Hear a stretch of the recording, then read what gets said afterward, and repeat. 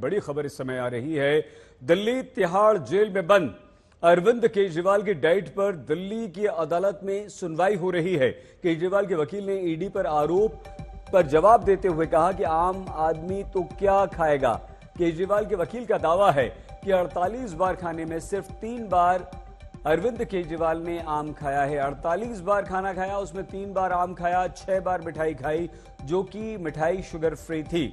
नवरात्र के प्रसाद के तौर पर 1 बार आलू पूरी खाई। क्या कह रहे हैं वकील, सुनिए।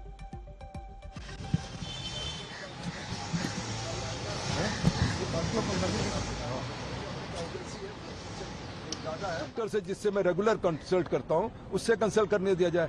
सुप्रीम कोर्ट ने भी कह रखा है, फंडामेंटल राइट है मेडिकल जो भी अगर कंडीशन है उसके अंदर डॉक्टर ऑफ हिज चॉइस से कंसल्ट करने का भी एक एक्यूज को राइट है। इसके लिए हमने अपनी बहस की और कल उनका जो रिप्लाई आएगा उसके बाद मंडे को जैसा आपने कहा हम ऑर्डर करेंगे। हमने कहा अर्जेंसी है, फ्लक्चुएशन बहुत ज्यादा है। 1 फरवरी से ये रिवर्सल स्कीम में था, इंसुलिन बंद हो गई थी क्योंकि कंडीशन बेटर थी, पर जेल में जाकर वो रिवर्सल के जो प्रोग्राम था वो फॉलो नहीं कर पाए, तो इसलिए फ्लक्चुएट होना शुरू हुई है।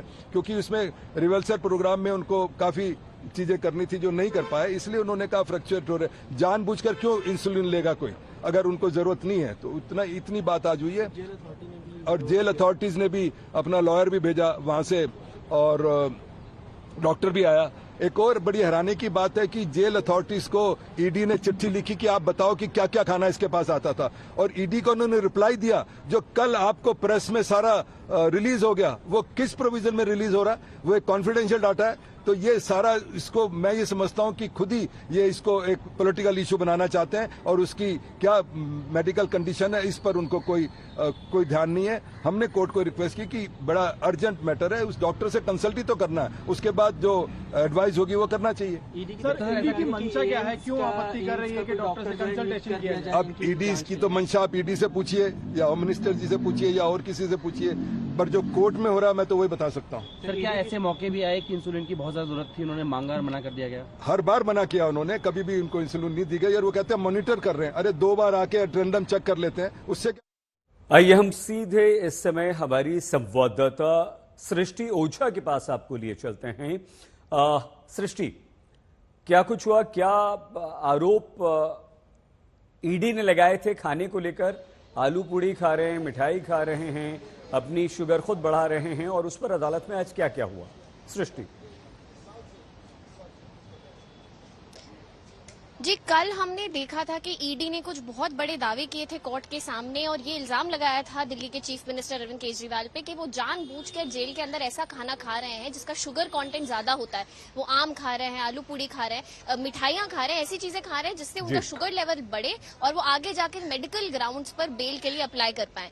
इस पे आज कोर्ट ने जवाब मांगा था अरविंद केजरीवाल के वकीलों से भी और ईडी के वकीलों से भी, लेकिन आज अरविंद केजरीवाल की तरफ से एक याचिका दायर की गई कोर्ट के सामने, जिसमें अरविंद केजरीवाल ने एक तो जेल में इंसुलिन दिए जाने की मांग की है, और ये भी कहा है कि चूंकि उनका शुगर लेवल, वो डायबिटिक है, उनका शुगर लेवल ऊपर नीचे होता रहता है, इसीलिए उन्हें रोज कम से कम 15 मिनट अपने डॉक्टर से ऑनलाइन वीसी के थ्रू कंसल्टेशन करने की इजाजत दी जाए।